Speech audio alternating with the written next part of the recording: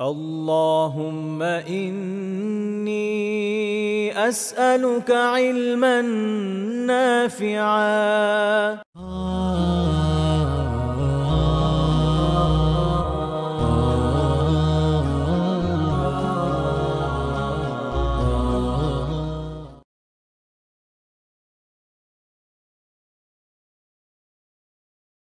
সবাইকে স্বাগত জানাচ্ছি আমাদের দার্সের নতুন একটি পর্বে। আমরা যে বিষয়গুলো নিয়ে আলোচনা করছিলাম হয়তো আপনাদের খেয়াল আছে যে আমি বলেছি যে আগে যে বিষয়গুলো নিয়ে আমরা আলোচনা করেছি এটা অনেকটা ভূমিকার মতো। এখন আমরা মূল আলোচ্য সূচির দিকে এগিয়ে যেতে পারি ধীরে ধীরে ইনশাআল্লাহ তাআলা। তো আজকে আমাদের বলতে পারেন যে একদম মূল দর্শে ঢুকে যাওয়া। আল্লাহ তাআলা তৌফিক দান করুন যেন আমরা সেটা উত্তম ভাবে আলোচনা করতে পারি। তো এর আগে একদম মূল আলোচনার আগে একটা বিষয়ে আমরা আলোকপাত করতে চাই, যেটা আমাদের আমরা যে বইটাকে অনুসরণ করছি সেখানে শেখ আল মানাজিদ হাফিজাহুল্লাহ তাআলা এদিকে আহ, দৃষ্টি আকর্ষণ করেছেন, কিছু আলোচনা করেছেন। এটা আপনারা বই পড়লে দেখে নেবেন, আমি এটা অন্য এক জায়গা থেকে একটু সংক্ষেপে আলোচনা করে দেবো ইনশাআল্লাহ তাআলা। তো আমরা শুরু করি। আলহামদুলিল্লাহ সালাতু ওয়াসসালামু আলা রাসূলিল্লাহ, আম্মা বাদ। আমরা যে বিষয়গুলো নিয়ে আলোচনা করছি এটার একটা বড় অংশ হচ্ছে রাসূলুল্লাহ সাল্লাল্লাহু আলাইহি ওয়াসাল্লামের স্বভাবজাত বৈশিষ্ট্য, অর্থাৎ মানুষের যে স্বাভাবিক স্বভাবজাত বৈশিষ্ট্য থাকে একজন মানুষ মানুষ হিসেবে যে সকল কাজ করে। আমরা জানি যে রাসূলুল্লাহ সাল্লাল্লাহু আলাইহি ওয়াসাল্লাম শেষ রাসূল ও নবী হিসাবে আমাদের কাছে প্রেরিত হয়েছেন আল্লাহ তাআলার প্রেরিত সর্বশেষ শরিয়া নিয়ে, এবং এর পূর্ণতা তার সময় হয়ে গিয়েছে। তো তার আচার আচরণ, তার কর্মকাণ্ড বেশ কিছু এরকম যেগুলো শরিয়া, অর্থাৎ যেটাকে বলা যেতে শরিয়া বা শরিয়া, আপনি বলতে পারেন যে শরিয়া ওরিয়েন্টেড, অর্থাৎ শরিয়াকে প্রকাশ করার জন্য। কিছু ছিল এরকম যে সেটা এরকম না, সেটা তিনি হয়তো তার স্বভাবজাত বা সমকালীন সিচুয়েশন এই মোতাবেক করেছেন। যেমন তিনি প্রাইভেট কারে চড়েন নাই, কারণ ওই সময় প্রাইভেট কার ছিল না, উনি উঠে চড়েছেন। অর্থাৎ যেই সময় যেটা ছিল সেই অনুযায়ী তো করবেন। তো এই বিষয়গুলোকে, যারা যেটা স্বভাবজাত বিষয়, এটা একটু আমরা জাস্ট একটু জানার জন্য, নিজেদের জ্ঞান বৃদ্ধির জন্য এবং আহ, কিছু বিষয় একটু ক্লিয়ারলি বোঝার জন্য এটা আমাদের জানা জানা থাকা উচিত, যেগুলোকে ফকিরা বা উসুল বিন যারা বিশেষত, আমরা এমনিতে তো বলি যে আমাদের যে ইসলামিক জুরিস্ট যারা ফিকহ নিয়ে কাজ করেন, আহ যারা মাসআলা গুলোকে খুঁজে বের করেন, এনারা হচ্ছেন, আমরা বলি ফকিহ। আর একটা ক্যাটাগরি আছে, এনারা হচ্ছেন উসুলি, উসুলবিদ, যারা ইসলামিক প্রিন্সিপাল গুলো নিয়ে কাজ করেন, মূলনীতি গুলো নিয়ে কাজ করেন, যে আমাদের শরিয়ার যে রুলিং গুলো, এটার উৎসগুলো কি কি। যেমন আমরা জানি কি উৎস কি, কোরআন, সুন্নাহ এবং ইজমা। আরেকটা উৎস আছে যেটা সেকেন্ডারি, সেটা হচ্ছে কিয়াস। তো বেসিক কোরআন, সুন্নাহ এবং ইজমা, এইটা নিয়ে যারা কাজ করেন এবং এখান থেকে কিভাবে মূলনীতিগুলো বের হবে এবং সেটাকে আবার কিভাবে প্রয়োগ করা হবে, যেটা হচ্ছে কাওয়াইদ বলে, বিভিন্ন কায়দা কানুন আছে, এগুলো নিয়ে যারা কাজ করেন এনারা হচ্ছেন উসুলি বা উসুলবিদ। তো ইনারা যখন এই বিষয়টা নিয়ে আলোচনা করেছেন, ওনারা রাসূলুল্লাহ সাল্লাল্লাহু আলাইহি ওয়াসাল্লামের যে স্বভাবজাত বৈশিষ্ট্য এটাকে তিন ভাগে ভাগ করেছেন। আমি এটা আলোচনা করছি আদওয়াউল বায়ান থেকে। এটাও যদিও তাফসীরের কিতাব, কিন্তু খুব চমৎকার চমৎকার আলোচনা আছে, যেমন এই বিষয়টা নিয়েও আলোচনা আছে। এটা ইমাম আমির মাহমুদ শানকাইতি রাহিমাহুল্লাহ তাআলার কিতাব, খুব চমৎকার তাফসীর। কোরআনের আয়াত দিয়ে কোরআনের আয়াতকে তাফসীর করা হয়েছে, কিন্তু প্রাসঙ্গিকভাবে আরো অন্যান্য বিষয়ের অনেক সুন্দর সুন্দর আলোচনা রয়েছে। তো আহ, উনি এখানে যে আলোচনাটা এনেছেন এটা অন্যান্য উসুলের কিতাবে আছে, কিন্তু উনি অনেক সংক্ষেপে এনেছেন, সুন্দর করে এনেছেন। এই জন্য আমি এটা, যেহেতু আমাদের এটা মূল আলোচ্য বিষয় না, আমরা উসুলে ফিকহ নিয়ে আলোচনা করছি না, আমরা জাস্ট বোঝার জন্য সংক্ষেপে এখান থেকে একটু দেখবো। তো তিন ভাগে ভাগ করেছেন, যেটা বলছিলাম। প্রথমটা হচ্ছে তার এমন সব আহ স্বভাবজাত কর্ম বা কাজ বা বৈশিষ্ট্য, যেটা শুধুমাত্র সাধারণ স্বভাবজাত বৈশিষ্ট্য। সাধারণ স্বভাবজাত মানে একজন মানুষ হিসাবে যে কাজগুলো তিনি করেছেন, যেমন তিনি উঠে দাঁড়িয়েছেন, তিনি হেঁটেছেন, তিনি বসেছেন, তিনি খাবার খেয়েছেন, তিনি পান করেছেন। এখন কেউ এটা বলবে না যে আমি আল্লাহ তাআলার সন্তুষ্টি অর্জনের জন্য বসে থাকি, বা কেউ এটা বলবে না আমি আল্লাহ তাআলার সন্তুষ্টি অর্জনের জন্য দাঁড়িয়ে আছি। ইটসেলফ এগুলো আল্লাহ তাআলার সন্তুষ্টি অর্জনের কোনো কাজ না, বা ইটসেলফ এগুলো কোনো এবাদা না। হ্যাঁ, যদি এবাদার সাথে সম্পৃক্ত হয়, সেটা আমরা একটু পরে আলোচনা করব, সেটাও আসবে, তখন ওইটা এবাদার সাথে রিলেটেড হয়, আমরা এটা নিয়ে দেখবো ইনশাআল্লাহ তাআলা। তো একটা হচ্ছে এরকম যেটা উনি স্বাভাবিকভাবে একজন মানুষ হিসাবে যে কাজগুলো করার, যেগুলো করেছেন।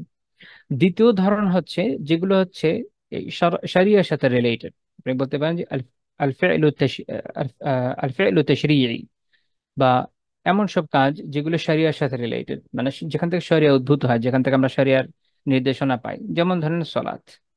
তো সলাতে তিনি কাজ করেছেন, সলাতের জন্য তিনি কিয়াম করেছেন, দাঁড়িয়েছেন, রুকুও করেছেন, সেজদা করেছেন। এই যে কাজগুলো করেছেন, এটাও একজন একজন মানুষের কাজই বটে, কিন্তু পার্থক্য কোথায়? এটা থেকে শরিয়া উদ্ভূত হয়, কারণ ইবাদত এখান থেকে আমরা শিখতে পাই। এবং তিনি আমাদের বলেছেন, আমরা সবাই জানি হাদিসটা, যে সল্লু কামা রাআইতুমুনি উসাল্লি, এমন ভাবে সলাত আদায় করো যেভাবে তোমরা আমাকে সলাত আদায় করতে দেখেছো। কিংবা তিনি হজ করেছেন, তখন বলেছেন খুদু আন্নি মানাসিকাকুম, আমার কাছ থেকে তোমরা হজের বিধিবিধান জেনে নাও। তো এই হাদিসগুলো থেকেও আমরা বুঝি, আর আমাদের আকলও আমাদের এটা বুঝাই, যে এই যে কাজগুলো যেটা তিনি করেছেন শরিয়ার সাথে রিলেটেড, সেখান থেকে শরিয়া উদ্ভূত হয়, এবং ওখান থেকে আমরা শরিয়া সম্পর্কে জানি।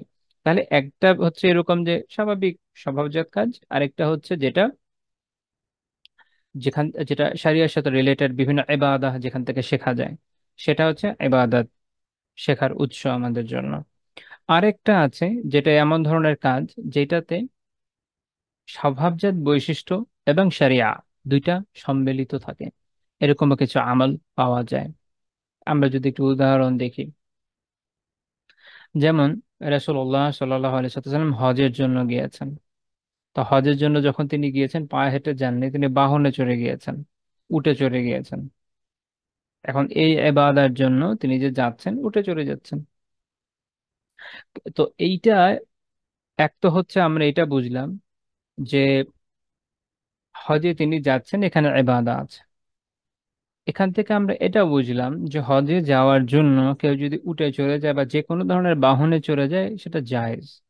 এই যে একটা জিনিসের বৈধতা, এটা যে আমরা এখান থেকে জানলাম, তো এখানেও একটা ইবাদাতের একটা সম্মিলন আছে, যেখানে আমরা একটা মাসআলা খুঁজে পাই, জীবন একটা প্রশ্নের উত্তর খুঁজে পাই। যেটা আপনি বলতে পারেন যে মূল মাসআলার যে আমরা বলি ফুরু, বা বিভিন্ন শাখা প্রশাখা বের হয়ে আসে। আরো উদাহরণ আছে, যেমন ধরেন রাসূলুল্লাহ সাল্লাল্লাহু আলাইহি ওয়াসাল্লাম ঈদের সলাতে যেতেন এক পথে, ফেরত আসতেন আরেক পথে। এই যে তাহওয়িল বা পরিবর্তন করাটা, এক জায়গা থেকে এক এক রাস্তা থেকে আরেক রাস্তা দিয়ে আসাটা, এইটা যদিও একটা স্বভাবজাত কাজ, একটা মানুষ এমনিতেই এক পথ থেকে আরেক পথ আসে, কিন্তু এটার সাথে একটা ইবাদার সংমিশ্রণ আছে। যেমন আল্লাহ রসূল এটা করেছেন, এই জন্য করেছেন যেন আরো বেশি মানুষের সাথে পথে সাক্ষাৎ হয়, তাদের সাথে সালাম দেওয়া যায়, আর অন্যান্য কিছু ফায়দা এখান থেকে আলোচনা করেন মুহাদ্দিসরা। তো তাহলে এইখানে এটার একটা সংমিশ্রণ আছে। আবার আমরা দেখি যে তিনি শুয়েছেন, সাধারণভাবে তার শোয়ার অভ্যাস হচ্ছে ডান কাত হয়ে শোয়া। তো শোয়া মানুষের একটা স্বভাবজাত কাজ, কিন্তু এই ডান কাতে তিনি যে শুয়েছেন, এখান থেকে সুন্নাহর একটা বিধান নিঃসরিত হয়েছে। এটা শুধুমাত্র সাধারণ শুয়ে থাকার মতো কোনো বিষয় নয়, মানে আমার আর আপনার সাধারণ শুয়ে থাকার মতো ব্যাপার নয়। তো এইরকম আমরা দেখছি যে কিছু আমল এটা যে সাধারণ স্বভাবজাত বিষয়, কিছু বিষয় এরকম যেগুলো থেকে ইবাদত উৎসরিত হয়, কিছু আছে যেটা ইবাদা এবং আমলের সাধারণ স্বভাবজাত বৈশিষ্ট্যের একটা সংমিশ্রণ খুঁজে পাওয়া যায়। অনেক সময় মনে হবে এটা সাধারণ যে বৈশিষ্ট্য মানুষের থাকে সেরকমই হয়তো, কিন্তু এখান থেকে দেখবেন যে ফকিরা মুহাদ্দিসরা বিভিন্ন বিধানের ব্যাপারে আলাপ আলোচনা করছেন। এখান থেকে আমরা আরেকটা সুন্দর শিক্ষা পাই। এক, যে কোনো হাদিস পড়েই সেটাকে সুন্নাহ সাব্যস্ত করার জন্য দৌড় দেবেন না আল্লাহর রাস্তে। যে কোনো হাদিস পড়েই সেটাকে সুন্নাহ সাব্যস্ত করার জন্য উতলা হয়ে যাবেন না। মনে রাখতে হবে, সুন্নাহ একটা শারঈ পরিভাষা, একটা উসুলের ভাষা। এইটা সাব্যস্ত হওয়ার কিছু কায়দা কানুন আছে। যারা এক্সপার্ট, পুরো জীবন ব্যয় করেন এগুলোর পিছনে, তারা বিষয়টা যেভাবে বুঝেন, যারা ওভাবে পড়েন না তারা ওভাবে বুঝেন না, এটা স্বাভাবিক। তো গত এত শত বছর ধরে হাজার হাজার আলিম এগুলো নিয়ে কাজ করেছেন, আমাদের জন্য আসলে কাজের জায়গা তেমন রাখেন নাই। আমাদের কাজ হচ্ছে একটাই, খুঁজে দেখা ওনারা কি বলেছেন। আর হাদিস যখন আমরা দেখি, অনেক সময় এমন বর্ণনা থাকে, হয়তো এর বিপরীত কোনো বর্ণনা আছে। কখনো এমন হয় আমরা সামনে হয়তো আমরা দেখবো আরো কিছু, যে সমন্বয়ের প্রয়োজন পড়ে, আরো অনেক ধরনের কথা এর মধ্যে আছে। প্রাধান্যর ইস্যু থাকে, যে এটার উপর ওটা প্রাধান্য পাবে। এগুলো অনেক প্রশ্ন থাকে। এই কারণে ওই যে, যে কোনো বর্ণনা পেয়েই বলে দেওয়ার সুযোগ নেই যেটা সুন্নাহ, যে কোনো বর্ণনা পেয়েই বলে দেওয়ার সুযোগ নেই যেটা থেকে এই বিধান আসে।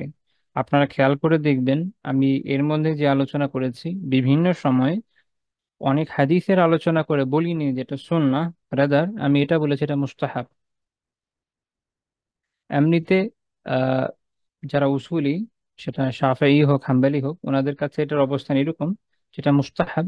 মুস্তাহাব যেটা আমরা বলি নাদাব, এই বা মানদুব, এই মানদুবের ভেতরে সর্বোচ্চ লেভেল হচ্ছে সুন্নাহ, আর সর্বনিম্ন লেভেল আহ আপনি মুবাহ পর্যন্ত বলতে পারেন।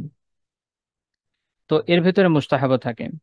তো সবসময় বলে দিচ্ছি না যেটা কিন্তু একদম সুন্নাহ, আমি বলে দিচ্ছি না। আমি অনেক সময় বলছি যে অমুক আলিম বলেছেন এটা মুস্তাহাব, আমি তো আরেকজনের নামে বলছি, চেষ্টা করছি এটা আপনাদের সাথে, আহ, এটা আপনাদেরকে শেখাতে, আপনাদেরকে বোঝাতে। আ- মানে আমি বলে দেওয়ার কেউ নই। আমার কাজ হচ্ছে আলিমদের সাথে আপনাকে পরিচয় করে দেওয়া, আমার কাজ হচ্ছে পূর্বতন ইমামরা এই বিষয়ে কি বলেছেন এটা আপনাদেরকে জানানো, যারা এই বিষয়ে গবেষণা করেছেন। তো আমরা অনলাইনেও দেখি, অফলাইনেও দেখি, এমনকি বইপত্রেও দেখি মানুষ এমন সব বিষয় নিয়ে আলোচনা করেন, লেখেন হারিয়ে যাওয়া সুন্নাহ, অনেক সুন্নাহ হারিয়ে গেছে, বা আমাদের মধ্যে এর আমল নাই। আবার এটাও সত্য যে আমরা যেগুলোকে অনেক সময় বলে দিই যে একটা হারিয়ে যাওয়া সুন্নাহ, ওটা অনেক সময় আসলে সুন্নাহই না। এবং আহ, আমাদের বোঝার ভুল থাকে, অনুবাদের ভুল থাকে। আই হোপ যে আমার লাস্ট যে দার্স ছিল ওখানে আমি যে আলোচনা করেছিলাম তারাজ্জুল নিয়ে, চুল আঁচড়ানো বলতে সাধারণ বাংলা অনুবাদ যেটা করা হয়, আপনারা ওটা খেয়াল করে থাকবেন যে বিষয়টা এত ইজি নয় যেভাবে শুধু একটা অনুবাদ দেখে আপনি একটা সলিউশনে চলে আসবেন। এটার সাথে আরো কিছু প্রাসঙ্গিক আলোচনার ব্যাপার থাকে। কাজেই এটা জরুরি যে এই বিষয়গুলো যেন আমরা একটু খেয়াল রাখি।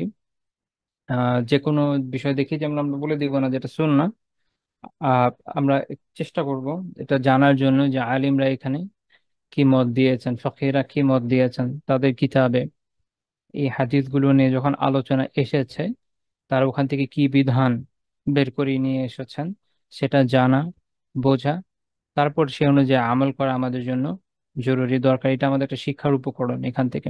আবার এর উল্টো দিক হচ্ছে, কেউ কেউ মনে করেন যে স্বভাবজাত ভাবে আল্লাহ রসুল যা করেছেন এটার মানে কোনোটাই সুন্নাহ না, এই ধরনের কথাও আছে। সেটাও ভুল, সেটাও ভুল, এটা সঠিক নয়। বরং এমন ধরনের অনেক আমল আছে যেটাই, যেখান থেকে শরিয়ার বিভিন্ন রুলিং বের হয়ে আসে।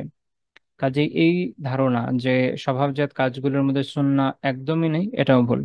তো দুইটা প্রান্তিকতার মাঝখানে থেকে আমাদের কাজ করতে হবে। তো আমি এখন পর্যন্ত যেমন করেছি, সামনেও ইনশা আল্লাহ তাআলা এভাবেই করব। আপনারা দেখবেন যে আমরা যখন বিভিন্ন বিষয়ে আলোচনা করব, বিভিন্ন প্রাচীন আলিমদের উদ্ধৃতি দেওয়ার চেষ্টা করব যে এটা এই এই বিষয়ে শারিয়া আসলে রুলিংটা কি দিয়েছে, এটার বিধানটা আসলে কি। ঠিক আছে, চেষ্টা করবো নিজের থেকে না বলে দেওয়া যে দেখেন হাদিস পাওয়া গেছে মানে সুন্নাহ, এমন না হোক। আচ্ছা, তাহলে চলেন আমরা আমাদের আলাপ আলোচনা শুরু করি। একটু ক্রিটিক্যাল আলোচনার ভিতর চলে গিয়েছিলাম, কেউ ঘুমিয়ে গিয়ে থাকলে আন্তরিকভাবে দুঃখিত। আসেন, আমাদের আজকে থেকে আমরা আসলে যে আলোচনা শুরু করতে যাচ্ছি, রাসূলুল্লাহ সাল্লাল্লাহু আলাইহি ওয়াসাল্লামের জীবনের অত্যন্ত সুন্দর একটা দিক। তার জীবনের সবই সুন্দর দিক। আমি আসলে মাঝে মাঝে চিন্তা করি যে আহ, আপনি চোখ বন্ধ করে স্বাভাবিক ফিতরাতের সাথে যে কোনো ভালো বস্তু নিয়ে আলোচনা করেন না কেন, এটা তার ভিতর খুঁজে এমনি খুঁজে পাবেন, বাস্তব এটা। তো আমরা আজকে যেখান থেকে আলোচনা করবো সেটা হচ্ছে স্ত্রীদের সাথে তার ব্যবহার নিয়ে ইনশাআল্লাহ তাআলা আলোচনা করবো।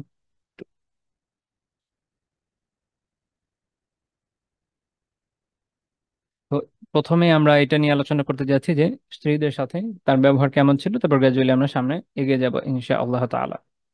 দেখেন, আপনাদের খেয়াল আছে যে আল্লাহ তাআলা কোরআনে বলেছেন, লাকাদ কানা লাকুম ফি রাসূলিল্লাহ উসওয়াতুন হাসানাহ, যে নিশ্চয়ই তোমাদের জন্য আল্লাহ রাসূলের জীবনে কি আছে, উত্তম অনুসরণীয় অনুকরণীয় আদর্শ আছে। আমরা এটা জানি, এটা নিয়ে আমরা পিছনে আলোচনা করেছি। পারিবারিক ক্ষেত্রেও এর ব্যতিক্রম নয়, স্বাভাবিক। কারণ পরিবার মানুষের জীবনকে এমন ভাবে আষ্টে পৃষ্ঠে ঘিরে থাকে যে মানুষের জীবনে আমরা বলি যে সবচেয়ে গুরুত্বপূর্ণ জায়গা হচ্ছে, এটা সোশ্যাল সায়েন্সে কি বলে যে সমাজের সবচেয়ে ছোট একক, ক্ষুদ্রতম একক হচ্ছে পরিবার। এটা দিয়ে সোসাইটি তৈরি হয়, অনেকগুলো পরিবার মিলে একটা সমাজ, তারপর গ্র্যাজুয়ালি রাষ্ট্র তৈরি হয়, বিশ্ব গঠিত হয়েছে ভাবে, মানব সভ্যতা গঠিত হয়েছে ভাবে। তো পরিবার খুব গুরুত্বপূর্ণ, এটা খুবই গুরুত্বপূর্ণ, এবং এইটার কারণেই পরিবারের যে শৃঙ্খল, এটা ভাঙার ব্যাপারে ষড়যন্ত্র হয় অনেক বেশি। এটা খেয়াল করা জরুরি। আলহামদুলিল্লাহ যে মুসলিমদের বিশেষ বৈশিষ্ট্য এখানে যে তারা কি বলবো, আপনি বলতে পারেন যে ফ্যামিলি ওরিয়েন্টেড। আমরা পরিবারের প্রতি অত্যন্ত আকৃষ্ট, আমরা পরিবার ভালোবাসি। আহ অনেক জায়গা তো এখনো রীতিমতো ট্রাইবাল যে ফ্যামিলি লাইফ সেটা আছে, মানে পুরো একটা গোত্র এক এরিয়াতে থাকে। দেখা যাবে পরদাদা হয়তো এক ছিল, তারপর নিচ থেকে দাদারা অনেকগুলো দাদা, তারপর অনেকগুলো চাচা, এভাবে এক এরিয়াতে থাকে। আফ্রিকাতে আছে, ইভেন পাকিস্তানের খাইবার পাখতুনখাওয়া এরকম বিভিন্ন এরিয়াতে পাবেন। অন্যদিকে এইটুকু যদি নাও হয়, আমরা আমাদের যারা বয়স্ক আছেন তাদের সাথেও, আল্লাহ তাআলা আমাদের যেমন নির্দেশ দিয়েছেন তাদের সাথে আমরা একসাথে থাকার চেষ্টা করি, যতটুকু আমাদের পক্ষে সম্ভব হয়, হয়তো সবসময় হয় না। বাট আমাদের কিন্তু আলহামদুলিল্লাহ আগ্রহ আছে, আমরা চেষ্টা করি ফ্যামিলি রক্ষা করার, ফ্যামিলিকে নিজের বাবা মা ভাই বোন সবার প্রতি আহ, উত্তম ব্যবহার করার যেমন চেষ্টা করি, তেমনি তাদের সুবিধা অসুবিধা দেখার চেষ্টা করি। অর্থাৎ আমরা একদম, আমরা যেটা বলি যে সেলফ সেন্টার্ড, এরকম না। পুঁজিবাদের বিকাশ মানুষকে সেলফ সেন্টার্ড বানিয়েছে। আমি খুব সতর্কতার সাথে বলছি, কি করেছে পুঁজিবাদের বিকাশ। প্রথমত পুঁজিবাদ, কারণ সোশ্যালিজম বা এই ধরনের বিষয়ের আলোচনা অনেক পরে এসেছে, প্রথমে পুঁজির বিকাশ। পুঁজিবাদের বিকাশ মানুষকে সেলফ সেন্টার্ড বানিয়ে ছেড়েছে।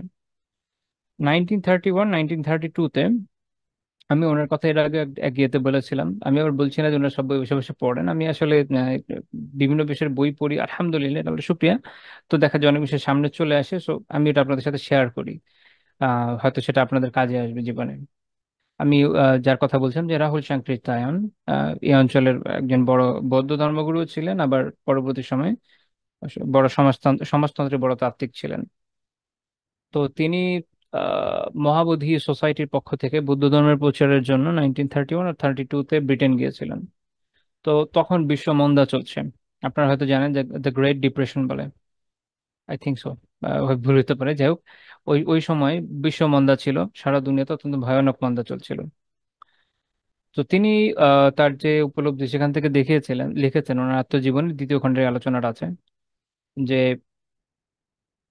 একই ট্রেনে উঠছে মা এবং মেয়ে, মা তার ভাড়া আলাদা দিচ্ছে, মেয়ে তার ভাড়া আলাদা দিচ্ছে। তো এবং উনি বলছেন যে এই যে পুঁজিবাদের বিকাশ মানুষকে ভাবে সেলফ সেন্টার্ড করে দিয়েছে, প্রত্যেকে শুধু তার নিজেরটা দেখে, বাকিদেরটা কিন্তু দেখছে না। এর ব্যতিক্রম হচ্ছে ইসলাম। এখানে আমরা আত্মকেন্দ্রিক নই। হ্যাঁ, এটা সত্য যে অনেক সময় পরিবারের জন্য আমরা কাজ করি, পরিবার for the sake of family itself, এটা আমাদের কোনো কাজের বিষয় না।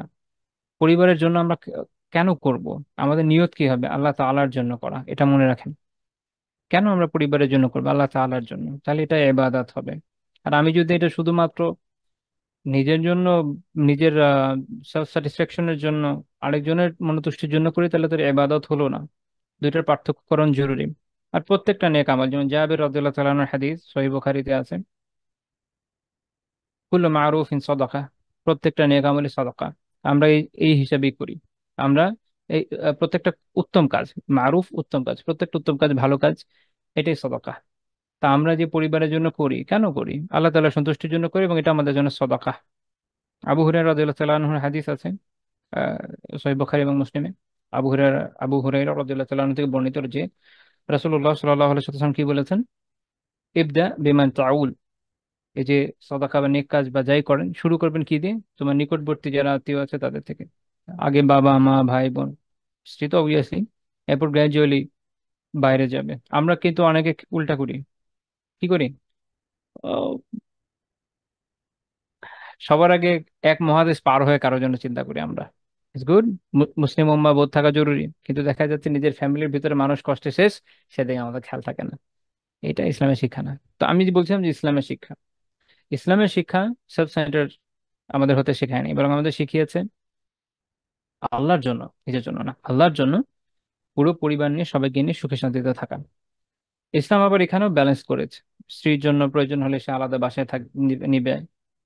আবার এই যে আলাদা বাসা নেয়, এটা ফ্যামিলিকে ডিভাইড করে নেই। আমরা সবকিছু একটা বাইনারি ভিতরে চিন্তা করতে শিখি, যে একসাথে থাকা মানে 3 রুমের ফ্ল্যাটের ভিতরে 20 জন মিলে থাকা। না, এরকম না। প্রত্যেকের প্রাইভেসি আছে, ইসলাম এটা স্বীকার করে।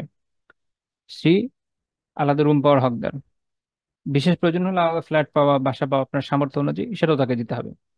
আপনারা দেখবেন যে রাসূলুল্লাহ সাল্লাল্লাহু আলাইহি সাল্লামের মৃত্যুর সময় তার 9 জন স্ত্রী জীবিত ছিলেন। আর মারিয়া কিপ্তিয়া রাদিয়াল্লাহু তাআলা আনহা উনিও জীবিত ছিলেন। তার হলো 10 জন বা 11 জন। প্রত্যেকেরই আলাদা আলাদা বাড়ি ছিল। প্রত্যেকে তিনি এক বাসার ভিতরে রাখেননি। প্রত্যেকের আলাদা আলাদা বাড়ি ছিল। আবার ফাতেমা রাদিয়াল্লাহু তাআলা আনহা এই সিরিয়ালে এক কোণায় ওনার একটা বাসা হয়েছিল শেষের দিকে। তো এইভাবে সবাই একসাথে, মানে আলাদা আলাদা ফ্ল্যাটে থেকে, আলাদা আলাদা রুমে থেকে, এরপরও যে আমরা এই যে আমাদের একটা একতা, এটা হচ্ছে গুরুত্বপূর্ণ বিষয়। আমাদের মধ্যে একটা ইসনাদ আছে, আমাদের মধ্যে একটা চেইন আছে, একটা একটা চেইন অফ রিলেশন আছে। আমরা স্ত্রীর খোঁজ খবর নিব, বাবা মার খোঁজ খবর নিব, ভাই বোনের খোঁজ খবর নিব, সবার কল্যাণের চেষ্টা করব। এভাবে আমরা যে একটা পারিবারিক একটা চমৎকার বন্ধন তৈরি করেছি। এটা হিন্দুদের 51টি পরিবারের থিমের মতো না, যে একবারের ভিতর সবাই ঠেলে ঢুকাতে হবে, যেটা বাংলাদেশি 8-10টা বাঙালি চিন্তা করে, এরকমও না। এটা আমাদের যে পুঁজিবাদী ব্যবস্থা, একদম সেলফ সেন্টার্ড, ছোট হতে হতে হতে হতে মাইক্রো ফ্যামিলি, ওটা ভেঙে গিয়ে এখন একা একা একজন করে থাকে। আবার অনেক সময় কোনো কমিটমেন্ট ছাড়া দুজন একসাথে থাকে এই জন্য যে বাড়ি ভাড়া দুজন মিলে শেয়ার করবে, খাবার দুজন মিলে শেয়ার করবে, কারো কারো প্রতি কোনো কমিটমেন্ট নেই। যখন টাকা থাকবে না চলে যাবে, এরকম না। So that is balance. তো এই হচ্ছে ইসলামের বৈশিষ্ট্য। এখন এইটা পাশ্চাত্য সভ্যতার জন্য সবচেয়ে বড় প্রতিবন্ধকের মধ্যে একটা, একমাত্র না বাট অন্যতম।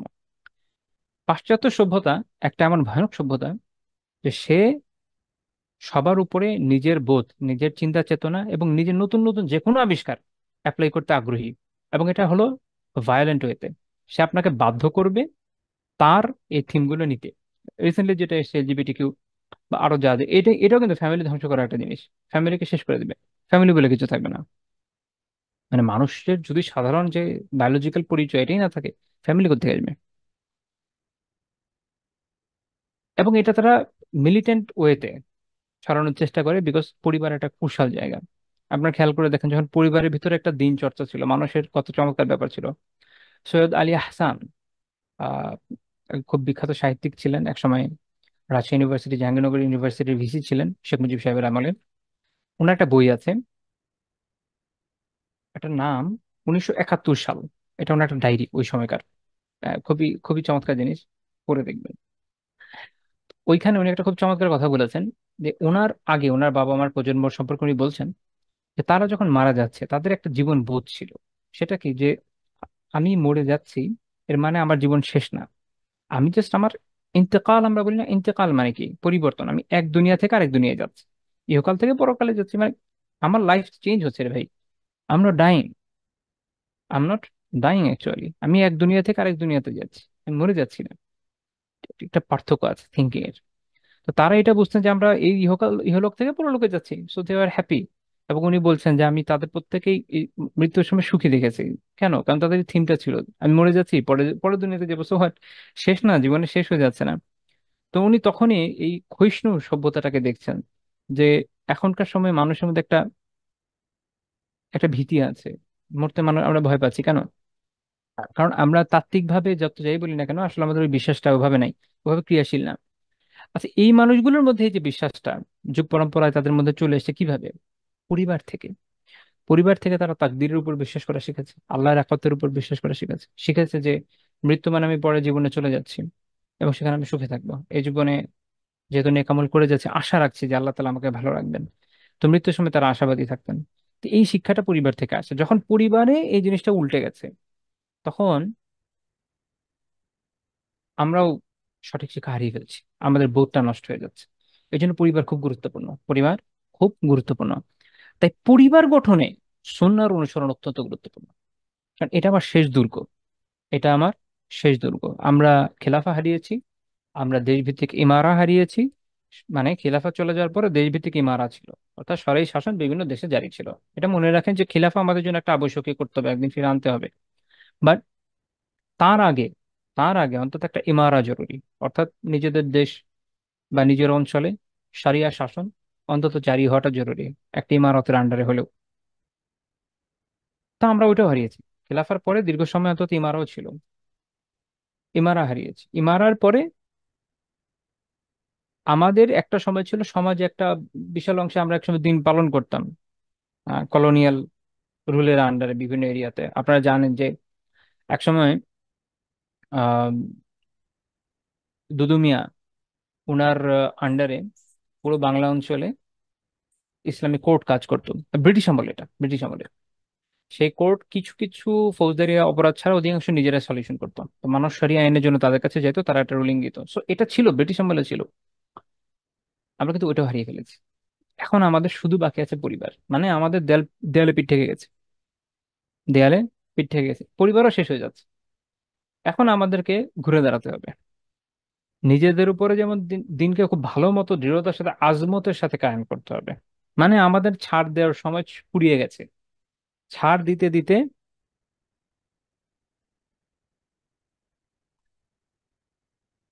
এখন আমাদের আহ বলতে পারেন যে নিজেদের শরীরে সামান্য কিছু কাপড়ের টুকরোই বাকি রয়ে গেছে। মানে একটা যে একটা এটা আছে না, একটা রূপক কথা বলে আমি একটু নিজের ভাষায় বললাম। তো আমাদের নিজেদের জীবনেও মানে দিন পালন করা এত টাফ হয়ে গেছে। এখন আমরা একদম দেয়ালে পিঠ ঠেকিয়ে ফেলেছি। আমাদের এখন ঘুরে দাঁড়াতে হবে, এবং ঘুরে দাঁড়িয়ে গ্র্যাজুয়ালি সামনের দিকে এগোতে হবে। এবং এটার একটা প্রথম পদক্ষেপ হচ্ছে কোরআনের নির্দেশনা এবং সুন্নাহ অনুযায়ী নিজেদের জীবন ও পরিবারকে গঠন করা। আমি এই কথা বলছি না, ভালো করে বুঝুন, আমি এটা বলছি না যে খালি পরিবার, আমি তুমি আমরা ভালো হয়ে গেলে দেশে ইসলাম কায়েম হয়ে যাবে, এটা পাগলের প্রলাপ। আমি সজ্ঞানে বললাম এটা পাগল, এটা কি পাগলের প্রলাপ। এভাবে কখনো হয় না। এভাবে হলে রাসূলুল্লাহ সাল্লাল্লাহু আলাইহি ওয়াসাল্লাম মদিনা থেকে এভাবে শরিয়া কায়েম করতেন না। বাট এটা একটা জরুরি কাজ, এটা একটা জরুরি কাজ। দুনিয়ার সবকিছু সাইমালটেনিয়াসলি হয়। কোনো কিছুই আপনি এভাবে বলতে পারবেন না যে আসেন আমরা এই ফ্যামিলি ওই ফ্যামিলি শুরু করব, সারা দেশের সবাইকে একদম পুরো পাক্কা দিনদার বানিয়ে ফেলবো, তারপরে আমরা একসময় দেশে ইসলাম কায়েম করে ফেলবো। এটা অলিক কল্পনা। মানে দুনিয়া ল্যাডারের সিস্টেমে চলে না, সবকিছু সমসাময়িক চলে, সবকিছু সমসাময়িক চলে। একদিকে আপনি যখন দাওয়া করবেন ব্যাপকভাবে, ওর ভিতর পরিবার গঠনের কাজও চলবে, নিজের আত্মশুদ্ধির কাজও চলবে, দিন কায়েমের কাজও চলবে, সবগুলোই চলবে। এবং আল্লাহ তাআলা একসময় একটা না একটা বারাকা দিবেন এবং কল্যাণ আসবে। শেষ পর্যন্ত আমরা সাফল্যের দিকে যাব। কিন্তু আমাদের চেষ্টাটা হতে হবে কি এরকম ব্যাপক। এবং তার একটা অন্যতম গুরুত্বপূর্ণ ইউনিট কি? পরিবার। তাহলে পরিবারে আমাদেরকে আল্লাহ রাসূলের জীবনের আদর্শটাকে বাস্তবায়ন করতে হবে। তাহলে একমাত্র সম্ভব যে আমরা অন্তত পারিবারিক জায়গাটাতে আমাদের দিনের যে অবস্থান, যেটা আমরা হারিয়ে ফেলছি, এটা অন্তত ঠিক হোক। এটা আমাদের জন্য খুবই জরুরি, যেটা আমাদের মনে রাখা দরকার। এটা একটা ভূমিকা হিসেবে বললাম। রাসূলুল্লাহ সাল্লাল্লাহু আলাইহি সাল্লামের 11 জন স্ত্রী ছিল আমরা জানি। আহ হয়তো আমাদের নামও জানা আছে। একজন হচ্ছে খাদিজা বিনতে খুয়াইলিদ রাদিয়াল্লাহু তাআলা আনহা, আয়েশা বিনতে আবি বকর রাদিয়াল্লাহু তাআলা আনহা, হাফসা বিনতে ওমর রাদিয়াল্লাহু তাআলা আনহা, সাউদা বিনতে জামআ আল আমিরিয়া রাদিয়াল্লাহু তাআলা আনহা, জাইনাব বিনতে জাহশ আল আসাদিয়া রাদিয়াল্লাহু তাআলা আনহা। এরপরে ছিলেন জাইনাব বিনতে খুজাইমা আল হিলালিয়া রাদিয়াল্লাহু তাআলা আনহা। তারপর ছিলেন উম্মু সালামা, হিন্দ, ওনার মূল নাম হচ্ছে হিন্দ। আর উম্মু সালামা ওই যে সালামার মা, এইভাবে আর কি। তো উম্মু সালামা হিন্দ বিনতু আবি উমাইয়া আল মাখজুমিয়া রাদিয়াল্লাহু তাআলা আনহা। উম্মু হাবিবা রামলা, ওনার মূল নাম রামলা। ওই একইভাবে হাবিবার মা উম্মু হাবিবা। উম্মু হাবিবা রামলা বিনতু আবি সুফিয়ান আল উমাউইয়া রাদিয়াল্লাহু তাআলা আনহা। মাইমুনা বিনত আল হারিস আল হিলালিয়া রাদিয়াল্লাহু তাআলা আনহা। জুয়াইরিয়া বিনত আল হারিস আল মুস্তালাকিয়া রাদিয়াল্লাহু তাআলা আনহা। সফিয়া বিনত হুয়াই আন নাজিরিয়া রাদিয়াল্লাহু তাআলা আনহা। এই 11 জন। এর মধ্যে আহ খাদিজা রাদিয়াল্লাহু তাআলা আনহা এবং জাইনাব বিনতে খুজাইমা জাইনাব বিনতু খুজাইমা রাদিয়াল্লাহু তাআলা আনহা রাসূলুল্লাহ সাল্লাল্লাহু আলাইহি সাল্লামের জীবদ্দশাতেই মৃত্যুবরণ করেন, আর বাকিরা ওনার মৃত্যুর পরও বেঁচে ছিলেন। এটা আমাদের একটা জানার বিষয়, আমরা জেনে রাখলাম। তো এতজন স্ত্রী আল্লাহ তাআলা তাকে দিয়েছিলেন। আমরা আহ একজনের সাথেই হক আদায় করার ক্ষেত্রে যে ধরনের হাঁসফাঁস করি আর কি, আলহামদুলিল্লাহ আল্লাহ তাআলা তাকে এই তৌফিক দিয়েছেন যে তিনি কিন্তু প্রত্যেকের হক আদায় করেছেন, এবং প্রত্যেকের সাথে এত চমৎকার ভাবে জীবনযাপন করে আমাদের জন্য আদর্শ স্থাপন করে দিয়ে গেছেন যে আমাদের জন্য আর কোনো ওজর আপত্তি বাকি থাকে নাই। আমাদের জন্য ওজর আপত্তি বাকি থাকে না, কি দিয়ে ওজর করবো? আমার ধরেন, আমার একজন স্ত্রী, আপনার একজন স্ত্রী, কারো হয়তো সর্বোচ্চ আমাদের দেশে দুইটা থাকে। খুব দুঃখের বিষয় হচ্ছে আমাদের দেশে দিনদাররা কয়েকটা স্ত্রী বিয়ে করে খুব একটা ভালো থাকে, এটা আল্লাহ আলাম এটা কি অবস্থা, মানে আমরা জানি কি সিচুয়েশন। খুব প্যাথেটিক বিষয় হচ্ছে যারা একদমই দিন পালন করে না। এই যে বিভিন্ন জনের ঘটনা এখন বের হচ্ছে না সরকার পতনের পরে, যে কারো তিনটা চারটা করে বই, এরকম বিভিন্ন নিউজ সামনে আসছে, এগুলো পড়ার রুচি থাকে না আমার, কারণ আমরা জানি এদের জীবন খুব একটা সুবিধার না।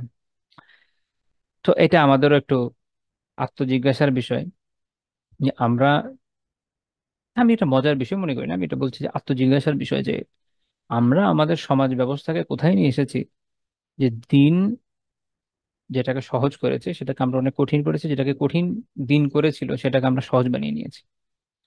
আর আরেকটা বিষয় মনে রাখতে হবে আবার, এটার মানে এই না যে আমরা এখন একদম ঝাঁপিয়ে পড়বো যে আমাদের অনেকগুলো বিয়ে করে ফেলতে হবে, এরকম না। Society over the night change হয় না, আর এটা ফরজবাজি বিষয়ও না। গ্র্যাজুয়ালি যদি আপনি সোসাইটিকে চেঞ্জ আনতে পারেন, সোসাইটিতে দিনের আবহ তৈরি করতে পারেন, তাহলে অনেক কিছু সম্ভব। কিন্তু মনে রাখবেন তার আগে না, এটাও মনে রাখতে হবে যে বিয়ে শুধুমাত্র আমি তুমির সম্পর্ক না। খেয়াল রাখেন, আমি বলি যে বিয়ে আমাদের দেশে হয় আসলে দুইটা মানুষের চেয়ে বেশি দুইটা পরিবারের মধ্যে হয়, দুইটা বংশের মধ্যে হয়। বিয়ে করার পরে অনেক কর্তব্য মানুষের কাঁধে আসে। স্ত্রীর আহ পরিবারের সাথে রিলেশন রাখা বলেন, আত্মীয় স্বজনদের সাথে রিলেশন রাখা, সেখানে যাওয়া, নিজের আত্মীয় স্বজনের সাথে স্ত্রীর রিলেশন, অনেক অনেক অনেক বিষয় আছে। মানে এত সহজ নয়। আপনি যখন আরো একটা বিয়ে করবেন বা তৃতীয় করবেন বা চতুর্থ করবেন, গ্র্যাজুয়ালি এটার পরিমাণ বাড়বে। এবং আমি, আমার মনে হয় না যে বিষয়টা সবার জন্য খুব সহজ, বরং অনেক কঠিন। যে তাদের ওই যে হকগুলো আত্মীয়তা না, আত্মীয়তার হকও তো আদায় করতে হয়। অর্থাৎ আপনি হক বাড়িয়ে নিচ্ছেন। এখন ওইটা সামর্থ্য আপনার আছে কিনা সেটাও জরুরি, কারণ আমরা এক্ষেত্রে যেটা দেখি, যারা এই উদ্যোগটা অন্তত নেন তাদের ক্ষেত্রে আহ আমরা রিভিউ ভালো পাইনি। এইটা আর কি।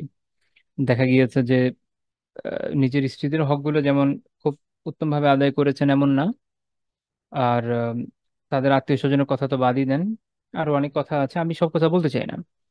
আমরা শুধু এটুকু একটু বুঝি যে আমাদের বাস্তবসম্মত থাকাটা ভালো, এবং যেটা শরিয়াতে ফরজ ওয়াজিব না সেটাকে ওই ওই কাতারে দাঁড় করিয়ে দেওয়ার কোনো সুযোগ নেই। শরিয়াতে অনেক গুরুত্বপূর্ণ দায়িত্ব আমাদের সামনে রয়েছে, সেগুলো সেগুলো নিয়ে চিন্তা ভাবনা করা আমাদের জন্য অধিক জরুরি। আল্লাহ তাআলা তৌফিক দান করুন, আমিন। তবে যদি কেউ আসলে আল্লাহ রসুলের সুন্নাহ অনুযায়ী তার জীবনকে সাজাতে পারে, তাহলে সে যদি একাধিক বিয়েও করে, সে ইনশা আল্লাহ তাআলা সুখে থাকবে। এবং এটা শুধুমাত্র স্বামীর একক কাজ নয়, এটা স্ত্রীরও কাজ। কারণ এক হাতে তালি বাজে না। আমি একা যতই ভালো হই, আমার স্ত্রী যদি আমার জন্য হেল্পফুল না হয়, আমার সহমর্মী সমব্যথী না হয়, সহযোদ্ধা না হয়,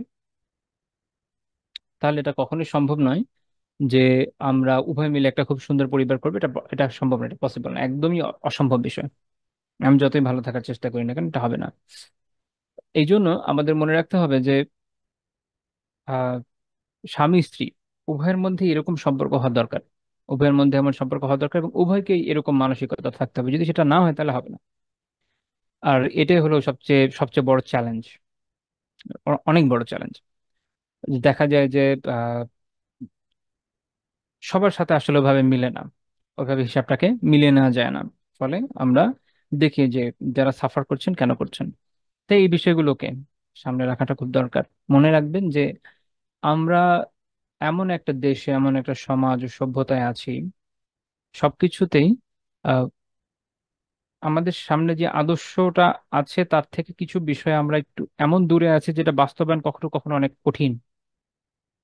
আমাদের সমাজ ওভাবে গঠিত হয়নি, আমাদের শিক্ষাটা অমন নয়, আরো অনেক বিষয় আছে। যাক, আল্লাহ তাআলা তৌফিক দিন, ধীরে ধীরে যেন আমরা আমাদের সমাজকে দিনের ছাঁচে, ইসলামের ছাঁচে ঢেলে সাজাতে পারি, আমিন। তো যেটা বলছিলাম যে রাসূলুল্লাহ সাল্লাল্লাহু আলাইহি ওয়াসাল্লামের এতজন স্ত্রী ছিলেন এবং তাদের প্রত্যেকের হক তিনি অত্যন্ত সুন্দরভাবে আদায় করেছেন। এবং এইটা আল্লাহ তাআলা নির্দেশ দিয়েছেন। আল্লাহ তার স্ত্রীদের ব্যাপারে কি নির্দেশ দিয়েছেন আমাদেরকে, যে কিভাবে স্ত্রীদের সাথে রিলেশনটা তৈরি করতে হবে। আল্লাহ তাআলা বলেছেন, ও আশিরুহুন্না বিল মারুফ। সূরা নিসার 19 নম্বর আয়াত আল্লাহ তাআলা বলছেন যে তাদের সাথে, অর্থাৎ স্ত্রীদের সাথে জীবনযাপন করে উত্তম ভাবে। এখন এটার ব্যাখ্যাটা আসলে কি, উত্তম ভাবে মানে কিভাবে? তাফসীরে জালালাইন এর অর্থ বলছে, মানে হচ্ছে বিল ইজমালি ফিল কাউল ওয়ান নাফকা ওয়াল মাবিত। অর্থাৎ তাদের সাথে উত্তম ভাবে কথা বলো, উত্তম উত্তম ভাবে তাদের যে নাফাকা বা তাদের যে খায় খরচ, আমরা বাংলায় বলি এটাকে, এরকম খায় খরচ দাও। এটা নাফকা একটা সারিয়া সারিয়া ওরিয়েন্টেড একটা পরিভাষা বা সারাই পরিভাষা। অর্থাৎ কিছু কিছু বিষয় আছে যে তাদের খাবার, তাদের বাসস্থান, তাদের এই বিষয়গুলো স্বামীর উপর লিগালি, আইনত বিধান, যেটাকে আইনত সে বাধ্য, এটা তাকে দিতে হবে। আমি এটাকে এইভাবে বুঝিয়ে বলি যে একটা হচ্ছে লিগাল আইন, লিগাল আপনি বলেন যে অব্লিগেশন, একটা হচ্ছে লিগাল অব্লিগেশন, একটা হচ্ছে মোরাল অব্লিগেশন। খুব ভালো করে একটা বিষয় বোঝেন যে পরিবার আইন দিয়ে চলে না। পরিবার আইন দিয়ে চলে না, আমি আবারও বলছি, পরিবার আইন দিয়ে চলে না। যারা সংসারকে টিকিয়ে রাখতে চায় তারা কখনো মামলা করবে না। মামলা করলে সংসার টিকে না। মামলা করলে পারস্পরিক অবিশ্বাস তৈরি হয়। এরপরে শুধু জোর করে থাকা যায়, আসলে আর পরিবার বলে কিছু থাকে না। পরিবার লিগ্যাল অব্লিগেশন দিয়ে চলে না, ভালো করে বুঝেন। শরিয়া কিছু বিষয়কে লিগ্যাল অব্লিগেশন দিয়েছে যে এই এই অধিকার পাওয়া একজন স্ত্রীর জন্য লিগালি, স্বামীর উপর এটা তার অব্লিগেশন যে সে স্ত্রীকে এটা এটা দেবে। যদি না দেয় সে কোর্টে যাবে, সরাই কোর্টে, এবং কোর্ট তাকে বাধ্য করবে যে তাকে এই পরিমাণ খরচ আপনাকে দিতে হবে, আপনার সামর্থ্য অনুযায়ী, বা বাসস্থান দিতে হবে, বা খাবারের ব্যবস্থা করতে হবে। সব বিষয়ের উপরে কিন্তু লিগালিটি আসবে না। এবং ফকিরা মতভেদ করেছেন যে যেমন ঔষধ, এটা কি লিগ্যাল বিষয় হবে কি হবে না। তারা অনেকে এটাকে নাকচ করে দিয়েছেন, অনেকে দিয়েছেন। ভাইস ভার্সা, স্ত্রীর উপর অনেক এরকম অব্লিগেশন আছে যেটা স্বামী এটার জন্য কোর্টে যেতে পারেন লিগালি। যেমন স্ত্রী হয়তো তার সাথে রাত যাপন করছে না, এই জন্য তাকে তিরস্কার করা হবে, সেটার জন্য হয়তো সে এরকম লিগ্যাল স্টেপ নিতে পারে। বা আম, আরো এরকম বেশ কিছু বিষয়। তো এগুলো হচ্ছে লিগ্যাল ইস্যু, কিন্তু মনে রাখবেন লিগ্যাল ইস্যু হয় অনেক কম, হাতে গোনা কয়েকটা, কিন্তু পুরো জীবনটা হচ্ছে মোরাল অব্লিগেশনে ভরা। আমি একটু উদাহরণ দিলে বুঝবেন। কেউ যদি মিথ্যা বলে, কেউ যদি মিথ্যা বলে, আপনি তার জন্য তাকে কোর্টে নিতে পারবেন না। কারণ মিথ্যা বলা ইটসেলফ এটা গুনাহ, এটা একটা ক্রাইম। কিন্তু এটা ফৌজদারি অপরাধ না যে কোর্টে বিচার হবে, এটা বিচার আখিরাতে হবে। সত্য বলা একটা মোরাল অব্লিগেশন। এটা কি? নৈতিক আবশ্যকীয়তা, মোরাল অব্লিগেশন। আপনাকে সত্য বলতেই হবে। এর বিপরীত মিথ্যা বলা, এটা প্রহিবিশনটা হচ্ছে মোরালি। এটা কোনো ফৌজদারি অপরাধ না যে কেউ মিথ্যা বলেছে এই জন্য তাকে আমি জেলে নিয়ে যাব। হ্যাঁ, তবে মিথ্যা বলে সে যদি আমার সাথে একটা ফ্রড করে যেটাতে আমি আর্থিকভাবে ক্ষতিগ্রস্ত হয়েছি, বা এরকম বিভিন্ন অপরাধ ঘটায়, তখন সেটার কারণে, যেমন সাক্ষী গোপন করে, এরকম বিভিন্ন কারণে তাকে তখন কোর্টে নেওয়া যায়। অর্থাৎ varies from situation to situation.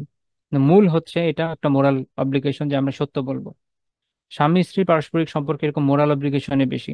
একে অপরের প্রতি ইনসাফ করা, একে অপরের সাথে সুসম্পর্ক বজায় রাখা, একে অপরের টেক কেয়ার করা, স্ত্রী স্বামীর আনুগত্য করা, স্বামী যখন বলবে এটা এটা করো সে করবে, এগুলো সব মোরাল অব্লিগেশন। তাকে ভালো রাখার চেষ্টা করা, উভয়ের সাথে রিলেশন রাখবে, মোরাল অব্লিগেশন। এবং তার থেকে বেশ উপরে হচ্ছে কিছু উত্তম কাজ, পারস্পরিক সুন্দর সুসম্পর্ক, যেটা অব্লিগেশনের থেকেও অধিক পরিমাণে রয়েছে। মানে সবকিছু তার অব্লিগেশন দিয়ে চলে না। দুনিয়ার অনেক কিছু শরিয়াতে আপনি দেখবেন যে অনেক বিষয় আছে ওয়াজিব, অনেক বিষয় আছে আমরা বলছি যে ওয়াজিব, বলছি এর বিপরীতটা হচ্ছে এটা হচ্ছে হারাম। কিন্তু অধিকাংশ বিষয় দুনিয়াতে যা আছে এগুলো হচ্ছে মুবাহ। মানে সাধারণ জীবনে সাধারণ বিষয়, আপনি ভাত খাচ্ছেন, মুবাহ বিষয়, এটা সুন্নাও না, এটা মুস্তাহাব্বও না, এটা ওয়াজিবও না, মুবাহ। অধিকাংশ বিষয় মুবাহ, মানুষের জীবন অধিকাংশ বিষয় মুবাহ। আপনি যদি এগুলোকে খুঁটিয়ে খুঁটিয়ে টানাটানি শুরু করেন তাহলে জীবনে কোনো সুখে থাকতে পারবেন না। এটা জীবনের, পারিবারিক জীবনে সুখে থাকার একটা গুরুত্বপূর্ণ মন্ত্র ভাই। মোরাল অব্লিগেশনকে নিয়ে টানাটানি করবেন না, ওটাকে ছেড়ে দিবেন না। লিগ্যাল অব্লিগেশনে বেশি অবসেসড হয়ে যাবেন না, যে দেখো এটা আমার লিগ্যাল অব্লিগেশন, কাজে এর বেশি তুমি আমার থেকে নিতে পারবা না, এরকম না। আমাদের অনেক বোন আছেন, অনেক ভাই আছে যারা এই অব্লিগেশন নিয়ে টানাটানি করে, এটা লাইক এটা বাজে কথা। ফকিরা ওগুলো আলোচনা করেছেন আপনার লিগ্যাল রাইটকে রক্ষা করার জন্য। যখন আপনি এটা পাচ্ছেন না, আপনি কোর্টে যাচ্ছেন যে আমি আমার এই লিগ্যাল রাইট পাই নাই। কিন্তু মনে রাখেন, যখন কোর্টে চলে গেছেন সংসার আর থাকবে না। ওটা যতই নাড়ানি করেন না কেন, মানুষের মধ্যে ডিস্ট্রাস্ট তৈরি হয় যে আমার ওয়াইফ হোক আমার হাজবেন্ড হোক কোর্টে চলে গেছে।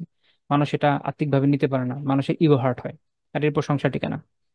তো এই জন্য লিগাল অব্লিগেশন গুলা, এটা ভালো করে বুঝেন, এটা এরকম না যে আপনাকে নাকি এটার সাথে টানাটানি করবেন এমন না। জীবনটা বেসিক্যালি চলে মোরাল অব্লিগেশনের উপরে। পারিবারিক সম্পর্কে অব্লিগেশন থেকেও বেশি বিভিন্ন সাধারণ মুস্তাহাব বিষয়, বিভিন্ন আদাব এগুলো আছে। তো কাজেই এইটা আমাদের মনে রাখতে হবে এবং জীবনকে এভাবে যাপন করতে হবে, এবং এই কথাটাই আল্লাহ তাআলা এখানে সুন্দর করে বলছেন, ও আশিরুহুন্না বিল মারুফ। তোমরা উত্তম ভাবে তাদের সাথে জীবনযাপন করো। এটা ভাইস ভার্সা, আমরা একটু পরে দেখবো ইনশাআল্লাহ তাআলা। স্বামী স্ত্রীর সাথে, স্ত্রী স্বামীর সাথে উত্তম ভাবে জীবনযাপন করবে। এইটাই হচ্ছে সেই আপনি বলতে পারেন যে সেই জীবন কাঠি যেটা সম্পর্ককে সুন্দর রাখে। তো এই জন্য জালালাইন কি বলেছেন, এর মানে হচ্ছে কি এই বিল ইজমাল ফিল কওলি ওয়ান নাফখা ওয়াল মাবিত। ইমাম বাইদাবি রাহিমাহুল্লাহ তাআলা বলেছেন বিল ইনসাফ ফিল ফি'লি ওয়াল ইজমাল ফিল কওল। উনিও এখানে সুন্দর কথা বলেছেন যে তার কাজে কথায় এখানে ইনসাফ থাকা লাগবে, উত্তম উত্তম ভাবে সুন্দরভাবে কথা বলবে, একে অপরের সাথে কি করবে, সুন্দরভাবে কথা বলবে, এবং নিজেদের কাজকর্মের মধ্যে ইনসাফ বজায় রাখবে। আপনি কথা বলবেন সুন্দরভাবে, আচরণ করবেন সুন্দরভাবে, আর কাজগুলো যেগুলো হবে বিভিন্ন আচরণ শারীরিক যেগুলো আপনার কর্মকাণ্ডের আচরণ, সেগুলো হবে ইনসাফপূর্ণ। ইবনু কাসির রাহিমাহুল্লাহ তাআলা একদম বিস্তারিত ব্যাখ্যা করে দিয়েছেন, বলছেন যে যদিও আমি আগেও বলছি যে আয়াতটা বেসিক্যালি স্ত্রীদের উপলক্ষে, কিন্তু এর বিপরীতে আমরা দেখবো যে সূরা বাকারাতে একটা আয়াত আছে যেখান থেকে দুইটা মিলিয়ে বোঝা যায় যে উভয়েরই এটা কর্তব্য, এটা একজনের কাজ না। আমি আগে বলেছি এক হাতে তালি বাজে না। ইবনে কাসির রাহিমাহুল্লাহ এটা ব্যাখ্যা করে বলছেন যে এর মানে হচ্ছে তয়্যিবু আকওয়ালাকুম লাহুন্না, তো তোমরা তোমাদের স্ত্রীদের জন্য কথাগুলোকে সুন্দর করো, খুব সুন্দর করো।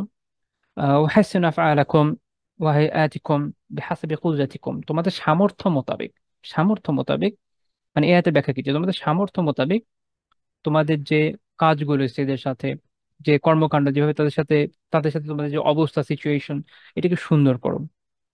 কামা তুহিব্বু যালিকা মিনহা, যেমনটা তুমি ভালোবাসো যে সেও তোমার থেকে করবে। অর্থাৎ আমি আমার স্ত্রী থেকে যে ধরনের আচরণ কামনা করি সে আমার সাথে এটা করুক, আমাকেও তার বিপরীতে এটাই দিতে হবে। উভয় পক্ষের এই কো রিলেশনই একমাত্র সংসারকে টিকে রাখবে।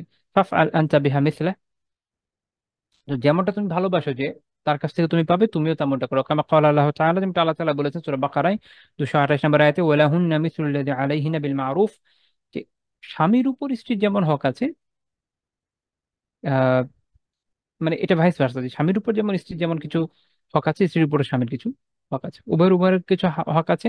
সেটা কি, তাদের সাথে কল্যাণের কাজগুলো করবে, উত্তম কাজগুলো করবে। তো যখন আপনি এর উপর আমল করবেন তখন পারিবারিক সুসম্পর্ক বজায় থাকবে। আমি আবারও বলছি যে দুই পক্ষে, স্বামী এবং স্ত্রীর উভয় যখন সুসম্পর্কটা সুন্দর মতো বজায় রাখবে, উত্তম ভাবে কাজ করবে, একে অপরের কল্যাণের দিকে খেয়াল রাখবে, উত্তম ভাবে কথাবার্তা বলবে, শরীরের গণ্ডির ভিতর থাকবে, আল্লাহর সন্তুষ্টির চিন্তা করবে। আমি একটা কথা বলি যে দেখেন, সবকিছুর মূল হলো তাকওয়া। যদি আপনার তাকওয়া থাকে এবং আল্লাহ তাআলার সন্তুষ্টির আগ্রহ থাকে, তো দুনিয়ার যে কোনো বিষয় আপনার জন্য ভালো হবে, সহজ হবে, কল্যাণকর হবে। যখন সেটা থাকবে না, তখন দিন আপনার জন্য অনেক সময় হাতিয়ারে পরিণত হবে। দিন একটা, অনেক সময় অনেক মানুষের কাছে এটা একটা ছুরির মতো, একটা দোধারি তলোয়ারের মতো, ডাবল এজ সোর্ড, দুই দিকেই কাটে।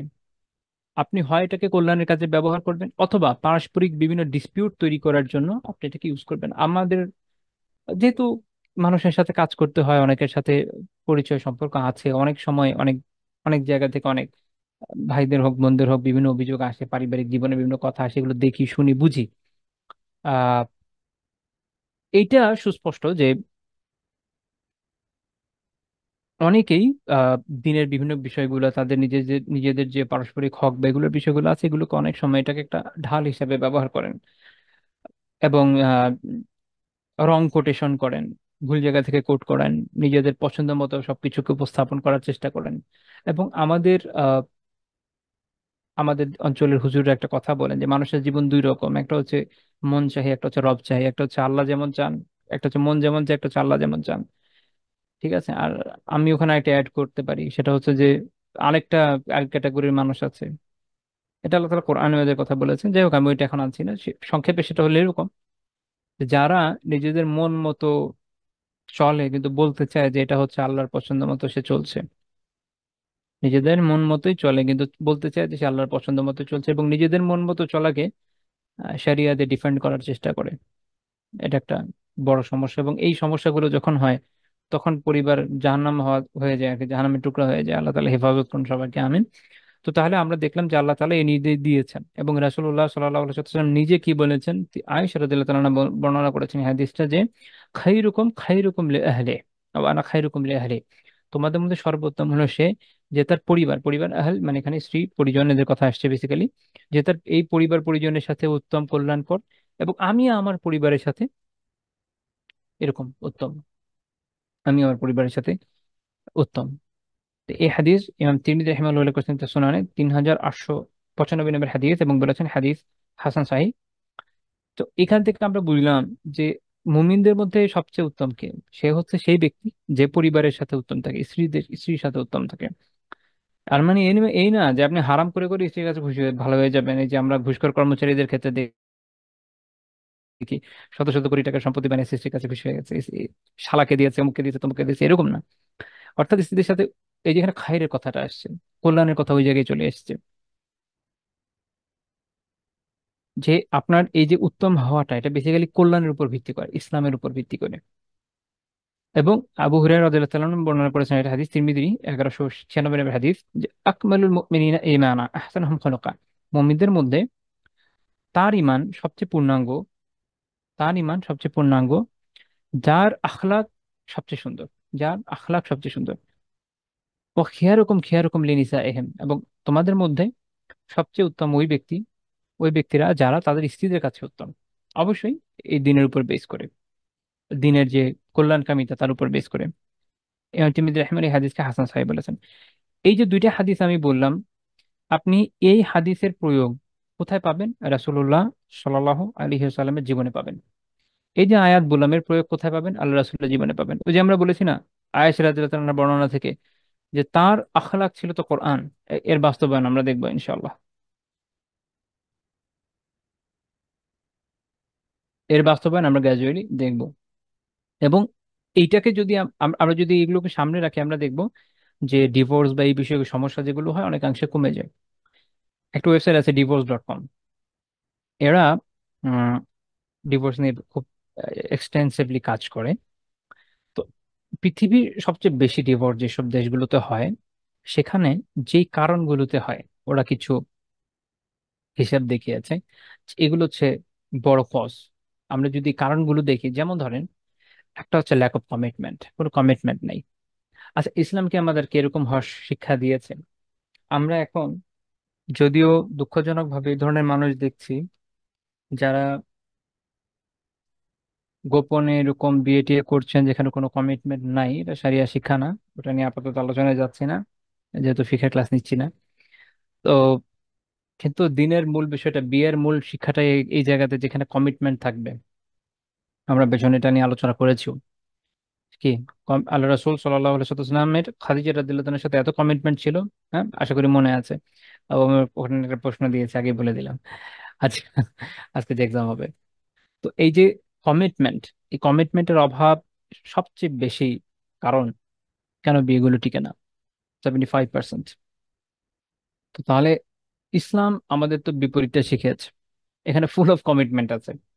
এবং আমরা আল্লাহ রাসূলের জীবন থেকে এটার এমন উদাহরণ পাই যে শুধু জীবদ্দশায় না, স্ত্রীর মৃত্যুর পরেও তার পরিবার পরিজন আত্মীয় স্বজন এমনকি বান্ধবীদের সাথে আহ সুসম্পর্ক রাখা হচ্ছে, এবং তাদের জন্য হাদিয়া পাঠানো হচ্ছে, খুবই গুরুত্বপূর্ণ বিষয়। আরেকটা কুশাল বিষয় হচ্ছে যেটা দ্বিতীয়তে আহ, দ্বিতীয় গুরুত্বপূর্ণ কজ, সেটা হচ্ছে বিশ্বাস ভঙ্গ। এক্সট্রা ম্যারিটাল যে অ্যাফেয়ার গুলো থাকে, পরকীয়া হয় বা আরো যা যা হয়, যেহেতু তাদের সোসাইটিতে একাধিক বিয়ের সুযোগই নেই, এবং তাদের মধ্যে গুনার যে প্রবণতা, আপনি যদি আল্লাহর ভয় না রাখেন তাহলে দুনিয়ার যে কোনো অপকর্মই আপনি করতে পারবেন, এবং তারা সেটাই করে। এটা কি ইসলামে সম্ভব, বা একজন কমিটেড মুসলিমের কাছ থেকে আশা করা যায়? না। তাহলে এটাও দেখবেন আপনি পার্সেন্ট কমিয়ে আনবেন। তারা বলছে যে এটা হলো 59.6%, তারা এটা রেটিং দিয়েছেন। আরেকটা হচ্ছে এমন ধরনের মত পার্থক্য যেটাকে আপনি রিকনসাইল করতে পারবেন না, এটাকে দূর করতে পারছেন না, এটা হলো তৃতীয় কারণ।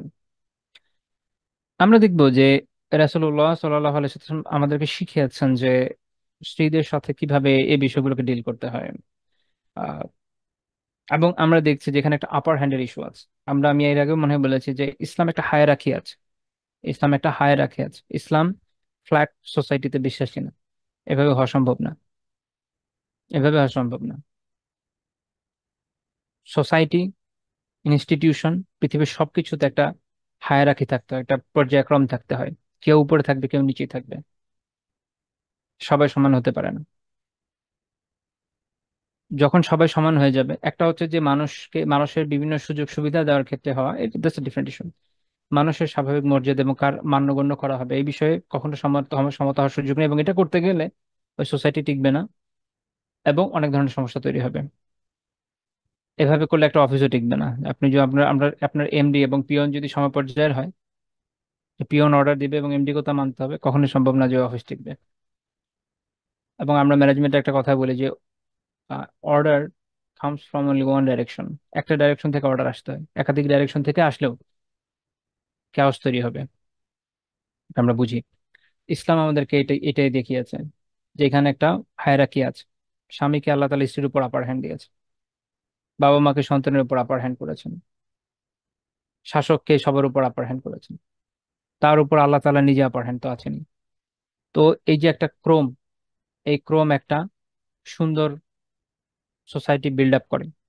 যখন উভয়ের মধ্যে এক ধরনের সংঘাত তৈরি হয়, তার সমাধানের সুযোগ তৈরি হয়। সুযোগ হয় একজন যে প্রাধান্য পাচ্ছে তাকে প্রাধান্য দেওয়ার মাধ্যমে, অথবা যার প্রাধান্য আছে সে চাইলে ছেড়েও দিতে পারে উত্তম আখলাকের কারণে, হতে পারে। অথবা সলিউশন হলো না, বাবা মার কাছে গেল, বাবা মা বুঝালো, হয়ে গেল কল্যাণকামিতার সাথে।